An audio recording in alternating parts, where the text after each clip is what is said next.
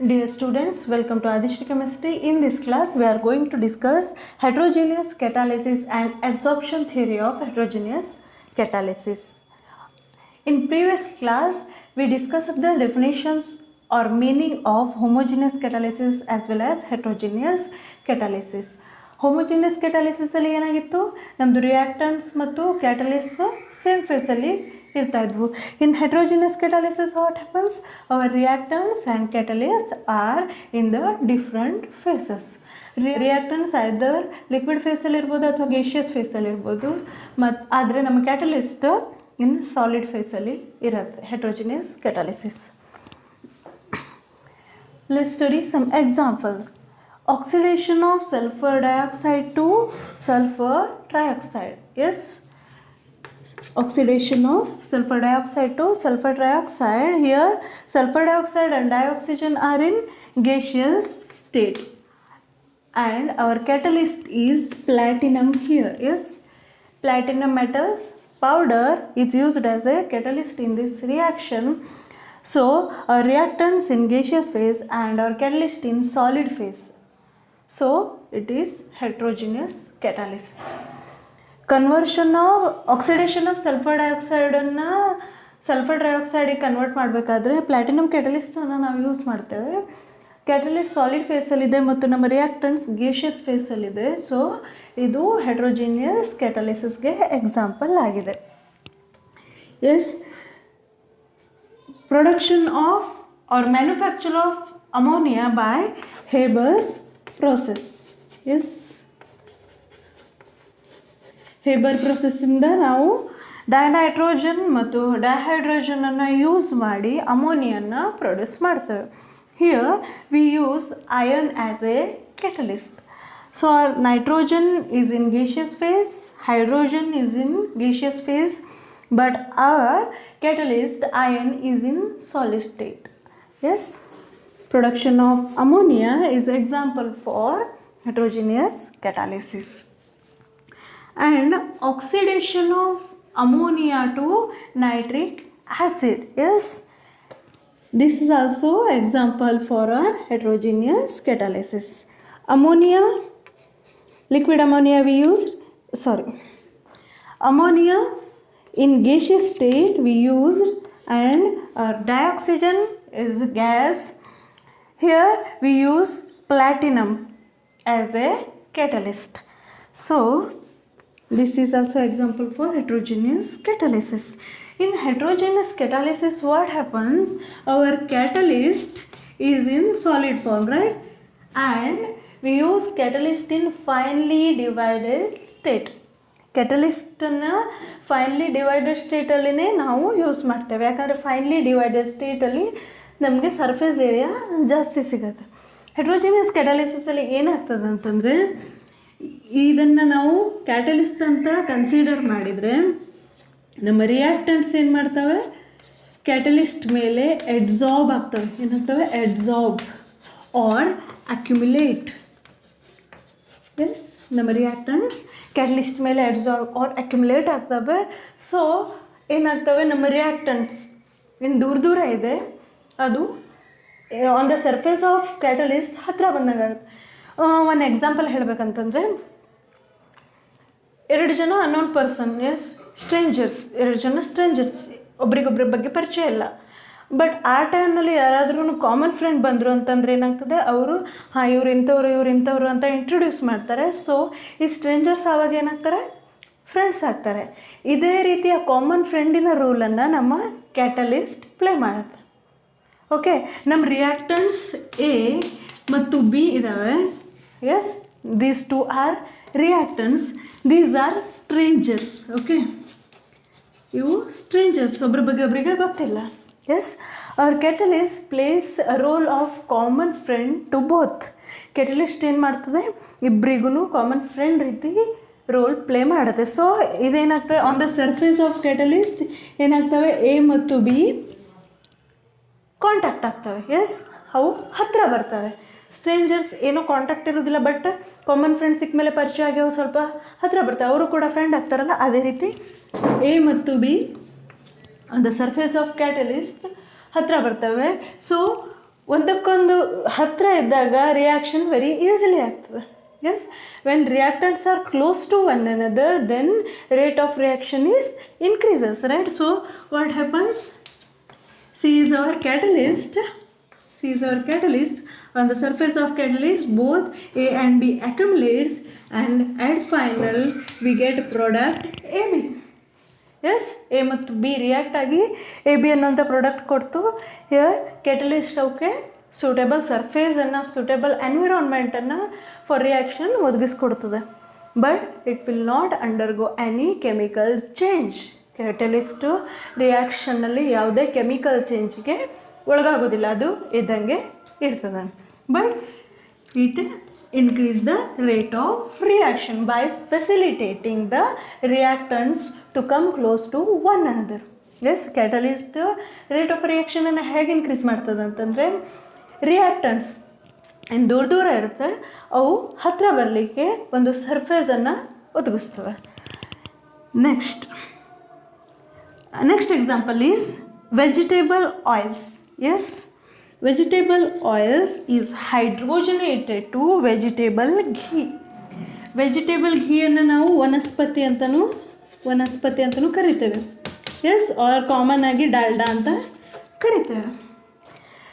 Vegetable ಆಯಿಲ್ಸಿನ shelf life ಕಡಿಮೆ. Vegetable ಆಯಿಲನ್ನು ಸ್ವಲ್ಪ ಟೈಮ್ ಇಟ್ಟ ನಂತರ ಏನಾಗುತ್ತದೆ, ಬ್ಯಾಡ್ ಸ್ಮೆಲ್ ಬರಲಿಕ್ಕೆ ಸ್ಟಾರ್ಟ್ ಆಗುತ್ತೆ, ಆಯಿಲಿನ ಕ್ವಾಲಿಟಿ ಡೌನ್ ಆಗುತ್ತೆ. ಬಟ್ ಹೈಡ್ರೋಜನೇಷನ್ ಮಾಡಿದಾಗ ಏನಾಗ್ತದೆ ಅಂತಂದರೆ, we produce vegetable ghee. Vegetable ಘೀದು ಆರ್ ವನಸ್ಪತಿದು ಶೆಲ್ಫ್ ಲೈಫ್ ಏನಿದೆ ಜಾಸ್ತಿ ಇದೆ. ಎಸ್, ಇದು ಜಾಸ್ತಿ ಇದೆ. ಸೊ ಏನಾಗ್ತದೆ, ಇದರಿಂದ ನಾವು ಆಯಿಲಿನ ಗುಣಮಟ್ಟವನ್ನು ಅಥವಾ ಅದರ ಲೈಫ್ ಸ್ಪ್ಯಾನನ್ನು, ಶೆಲ್ಫ್ ಲೈಫನ್ನು ಜಾಸ್ತಿ ಮಾಡಿದ ಥರ ಆಗುತ್ತೆ. ಓಕೆ, ವೆಜಿಟೇಬಲ್ ಆಯಿಲ್ಸನ್ನು ವೆಜಿಟೇಬಲ್ ಘೀಯಾಗಿ ಕನ್ವರ್ಟ್ ಮಾಡಲಿಕ್ಕೆ ಹೈಡ್ರೋಜನೇಷನ್ನೇ ಯಾಕೆ ಮಾಡ್ತಾರೆ ಅಂತಂದರೆ, ವೆಜಿಟೇಬಲ್ ಆಯಿಲಲ್ಲಿ ಓಕೆ ಅನ್ಸ್ಯಾಚುರೇಟೆಡ್ ಬಾಂಡ್ಸ್ ಇದಾವೆ. ಓಕೆ, ಕಾರ್ಬನ್ ನಡುವೆ ಏನಾಗುತ್ತೆ, unsaturated bonds, double or triple bonds ಇದ್ದಾವೆ. After hydrogenation what happens, our double bond or triple bond convert into single bond. So vegetable oil is unsaturated, but after hydrogenation it becomes saturated, right? Saturated. So ಇದರಿಂದಾಗಿ ಏನಾಗ್ತದೆ, ಅದರ shelf life, vegetable ಘೀಸಿನ shelf life ಜಾಸ್ತಿ ಆಗುತ್ತೆ. These are some examples of heterogeneous catalysis. Next concept is absorption theory of heterogeneous catalysis. Yeah, this mechanism involves 5 steps. Yes, absorption theory of heterogeneous catalysis ಅನ್ನು ನಾವು 5 steps ಅಲ್ಲಿ explain ಮಾಡ್ಬೋದು.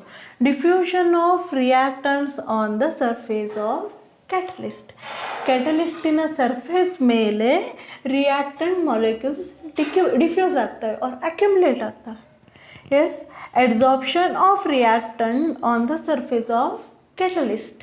S, commonly ಏನಾಗ್ತದೆ, first ಕ್ಯಾಟಲಿಸ್ಟಿನ surface ಮೇಲೆ reactants accumulate ಆಗ್ತವೆ. ಆಮೇಲೆ there is a kind of attraction between the adsorbate and adsorbent, right? Yes, here our catalyst act as adsorbent and molecules which accumulate act as adsorbate. So there is a kind of attraction between the both, so there is adsorption takes place. Yes, in between catalyst and or reactant molecules. Okay, let's study by some diagram. Yes, consider this as a catalyst. Okay, this is a catalyst. Yes, first what happens, this A and B are our reactants. A and B are our reactants. First what happens, our reactants are accumulated on the surface of catalyst, and by the force of attraction there is a weak chemical bond occurs between the catalyst and our reactants. Okay, plus A and B are reactants. So after adsorption, what happens? There is weak bond is formed. Yes, but still A and B are unreacted with each other. Okay, here what happens? Adsorption of reacting molecules. Adsorption of reacting molecules on the surface of catalyst takes place. And here what happens? A and B reacts to form a intermediate. Yes.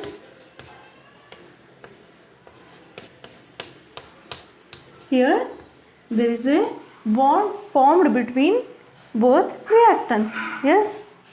First they accumulated on the catalyst and they adsorbed. After adsorbing on the catalyst, there is a bond formed between A and B.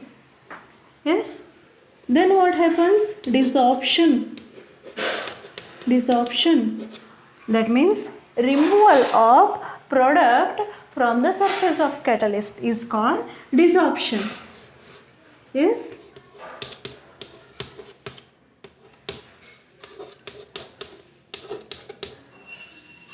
Plus AB. Yes, plus AB. What happens? First ಏನಾಗ್ತದೆ, ನಮ್ಮ reactant molecules surface of the catalyst ಮೇಲೆ ಏನಾಗ್ತವೆ, accumulate ಆಗ್ತವೆ. So adsorb ಆಗ್ತವೆ. After adsorption ಅಂದರೆ ಇವೆರಡು ಜನ strangers, ಒಬ್ರಿಗೊಬ್ರಿಗೆ ಪರಿಚಯ ಇರೋದಿಲ್ಲ. ಏನಾಗ್ತದೆ, with the help of catalyst act as a intermediate for A and B. ಕ್ಯಾಟಲಿಸ್ಟರ್ ಹೆಲ್ಪಿಂದ ಏನಾಗ್ತವೆ, ಅವೆರಡು come closer to one another, ಒಂದಕ್ಕೊಂದು ಹತ್ತಿರ ಬರ್ತವೆ. ಸೊ ರಿಯಾಕ್ಟೆಂಟ್ಸ್ ಹತ್ತಿರ ಇದ್ದಾಗ ರಿಯಾಕ್ಷನ್ ರೇಟ್ ಇನ್ಕ್ರೀಸ್ ಆಗುತ್ತೆ. ಸೊ ಏನಾಗ್ತದೆ, A ಮತ್ತು B ಎರಡು ರಿಯಾಕ್ಟೆಂಟ್ಸ್ ನಡುವೆ ಬಾಂಡ್ ಫಾರ್ಮ್ ಆಗಿ ಇದು ಏನು ಇಂಟರ್ಮೀಡಿಯೇಟ್ ಫಾರ್ಮ್ ಆಗುತ್ತೆ. ಓಕೆ, ಇಂಟರ್ಮೀಡಿಯೇಟಿಂದ ನಮ್ಮದು ಏನು ಫಾರ್ಮ್ಡ್ ಪ್ರಾಡಕ್ಟ್ ಇದೆ AB, ಅದು ಡಿಸಾಲ್ವ್ ಆಗುತ್ತೆ. ಓಕೆ, ಎಡ್ಸಾರ್ಪ್ಷನಿನ ಅಪೋಸಿಟ್ ಥಿಂಗನ್ನು ಡಿಸಾರ್ಪ್ಷನ್ ಅಂತಾರೆ. ಅಂದರೆ ಸರ್ಫೇಸ್ ಆಫ್ ದ ಕ್ಯಾಟಲಿಸ್ಟಿಂದ ಪ್ರಾಡಕ್ಟ್ ಏನು ರಿಮೂವ್ ಆಗ್ತದೆ, ಅದನ್ನು ಡಿಸಾರ್ಪ್ಷನ್ ಅಂತಾರೆ. ಸೊ ಡಿಸಾರ್ಪ್ಷನ್ ಅಂದರೆ ಏನಾಗುತ್ತೆ, ನಮ್ಮ ಕ್ಯಾಟಲಿಸ್ಟ್ ಏನು ಫಸ್ಟ್ ಸ್ಟೇಟಲ್ಲಿ ಹೇಗಿದೆ ಅದೇ ರೀತಿ ನಮ್ಮ ಕ್ಯಾಟಲಿಸ್ಟ್ ರೀಗೇನ್ ಆಗ್ತದೆ ಮತ್ತು ನಮಗೆ ಒಂದು ಹೊಸ ಪ್ರಾಡಕ್ಟ್ AB ಫಾರ್ಮ್ ಆಗುತ್ತೆ. ಓಕೆ, ಅದನ್ನು ನಾವಿಲ್ಲಿ ಎಕ್ಸ್ಪ್ಲೇನ್ ಮಾಡ್ತಾ ಇದ್ದೇವೆ. Diffusion of reactant on the surface of catalyst, adsorption of reactants on the surface of catalyst, formation of intermediate. Yes, formation of intermediate. Desorption of the product dissolve ಆಯಿತು. ನಾವು ಮೊದಲಿಂದ ಹೇಳ್ತಾ ಇದ್ದೇವಲ್ಲ, ಏನು ರಿಯಾಕ್ಷನ್ ಹೆಟ್ರೋಜಿನಿಯಸ್ ಕ್ಯಾಟಾಲಿಸಿಸ್ ಆಗ್ತದೆ, ಆವಾಗ ನಮ್ಮ catalyst remain ಅನ್ರಿಯಾಕ್ಟೆಡ್ throughout the reaction. ಹೇಗೆ ಅದು ರಿಯಾಕ್ಷನ್ ನಡಿಲಿಕ್ಕೆ ಫೆಸಿಲಿಟೇಟ್ ಮಾಡ್ತದೆ ಬಿಟ್ಟರೆ ಯಾವುದೇ ರಿಯಾಕ್ಷನಿಗೆ ಒಳಗಾಗೋದಿಲ್ಲ. ಅದನ್ನು ನಾವು ಈ ಎಕ್ಸಾಂಪಲಿನಿಂದ ಕ್ಲಿಯರಾಗಿ ತಿಳ್ಕೊಳ್ಬೋದು. And we get hour product. And diffusion of reaction products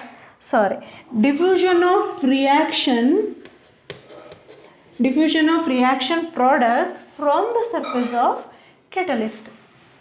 okay, ಏನಾಗುತ್ತೆ, ನಮ್ಮದು ಕ್ಯಾಟಲಿಸ್ಟ್ ಸರ್ಫೇಸ್ ಮೇಲೆ ಏನು ಪ್ರಾಡಕ್ಟ್ ಫಾರ್ಮ್ ಆಗಿದೆಯಲ್ಲ, ಕ್ಯಾಟಲಿಸ್ಟ್ ಹೆಂಗಿರ್ತದೆ ಅಂದರೆ ಅದರಲ್ಲಿ ಕೆಲವೊಂದು ಸೀಟ್ಸ್ ಇರ್ತವೆ. ಓಕೆ, ರಿಯಾಕ್ಟೆಂಟ್ಸ್ ಬಂದು ಕೂತ್ಕೊಳ್ಳಿಕ್ಕೆ ಸಮ್ ಸೀಟ್ಸ್ ಇರ್ತವೆ. ಸೊ ಅದರಿಂದ ಏನಾಗ್ತದೆ, which facilitates the reaction. So ಏನು ಮಾಡ್ಬೋದು, ಇವಾಪರೇಷನ್ ಮೆಥಡಿಂದ ಅಥವಾ ಬೇರೆ ಯಾವುದಾದ್ರೂ ಮೆಥಡಿಂದ ನಾವು ಪ್ರಾಡಕ್ಟನ್ನು ಕ್ಯಾಟಲಿಸ್ಟ್ ಸರ್ಫೇಸ್ ಮೇಲಿಂದ ರಿಮೂವ್ ಮಾಡ್ಬೋದು. Correct? This is catalyst. Consider this as our A and this is our B. ಏನಾಗುತ್ತೆ, ಕ್ಯಾಟಲಿಸ್ಟ್ ಮೇಲೆ ಸೂಟೇಬಲ್ ಸೀಟ್ಸ್ ಇದ್ದಾವೆ for suitable reactant. So A ಇಲ್ಲಿ ಬಂದು ಕೂತ್ಕೋತು, B ಇಲ್ಲಿ ಬಂದು ಕೂತ್ಕೋತು. So this is called intermediate. After that what happens, AB product is formed and our catalyst remain unreacted. So diffusion of the reaction products from the surface of catalyst. ಇದರಿಂದ ಏನಾಗ್ತದೆ, ನಮ್ಮದು catalyst surface further ರಿಯಾಕ್ಷನಿಗೆ free ಆಗ್ತದೆ.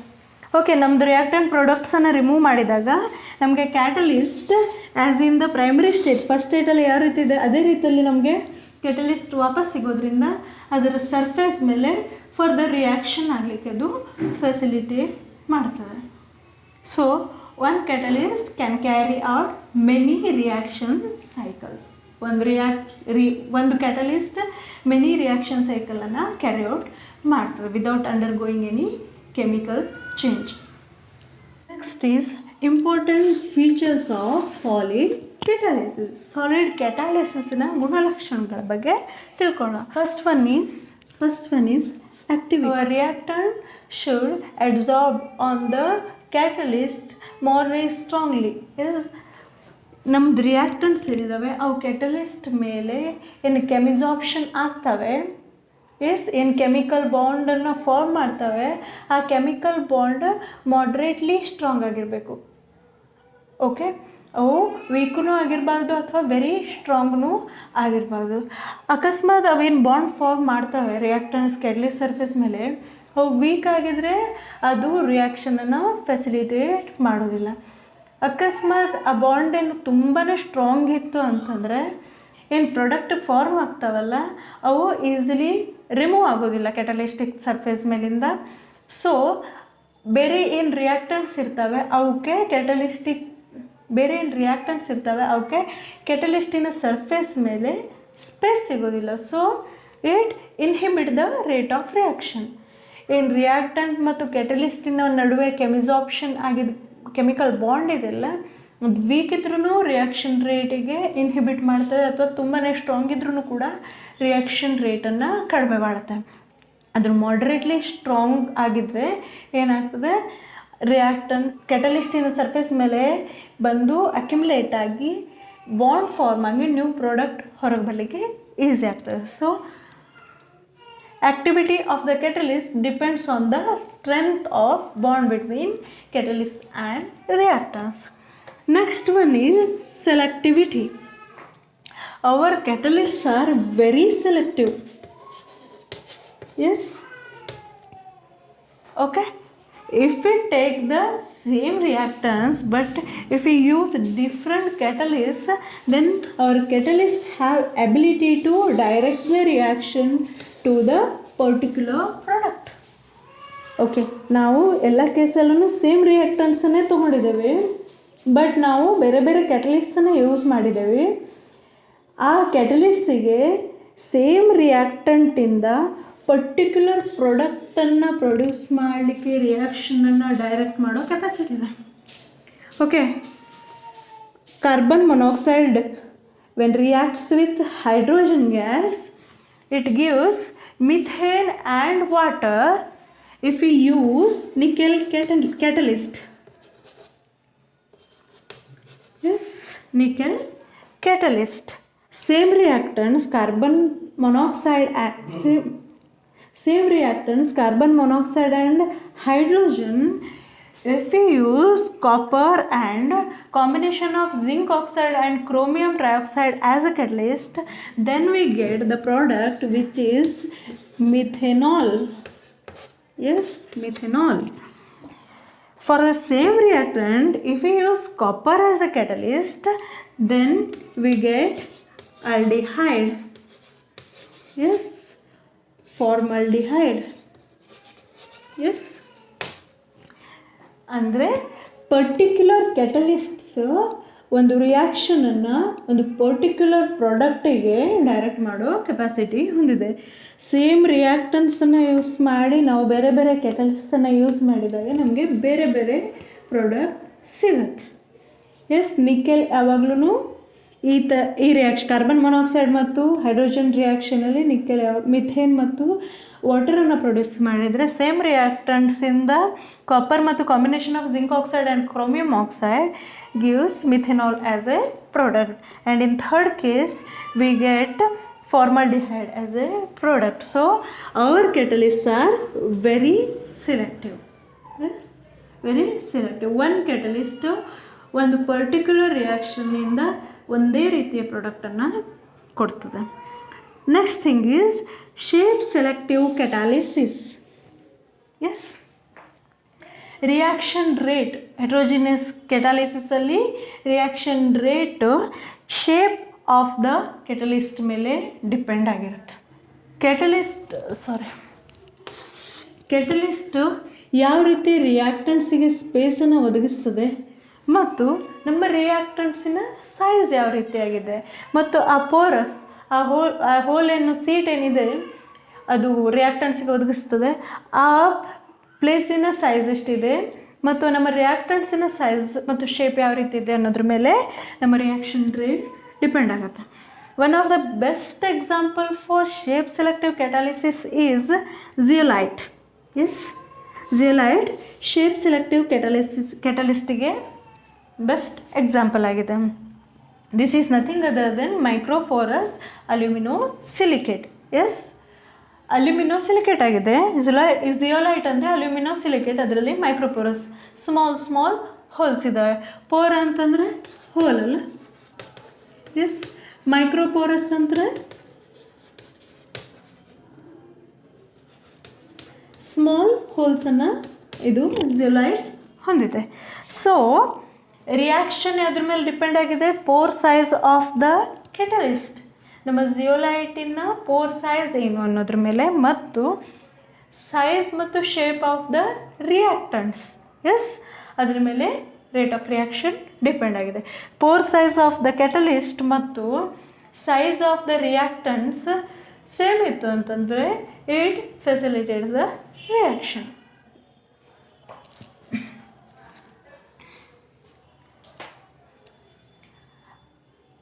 ನಿಮಗೆಲ್ಲರಿಗೂ ಅರ್ಥ ಆಗ್ತಾ ಇದೆ ಅಂತ ತಿಳ್ಕೊಳ್ತಾ ಇದ್ದೀನಿ. ನಿಮಗೆ ನಮ್ಮ ಯೂಟ್ಯೂಬ್ ಕ್ಲಾಸಸ್ ಇಷ್ಟ ಆಗ್ತಾ ಇದ್ದರೆ ನಮ್ಮ ಚಾನೆಲನ್ನು ಸಬ್ಸ್ಕ್ರೈಬ್ ಮಾಡಿ ಮತ್ತು ವಿಡಿಯೋಸನ್ನು ಅತಿ ಹೆಚ್ಚಿನ ಜನರಿಗೆ ತಲುಪೋ ಥರ ಶೇರ್ ಮಾಡಿ. Thank you.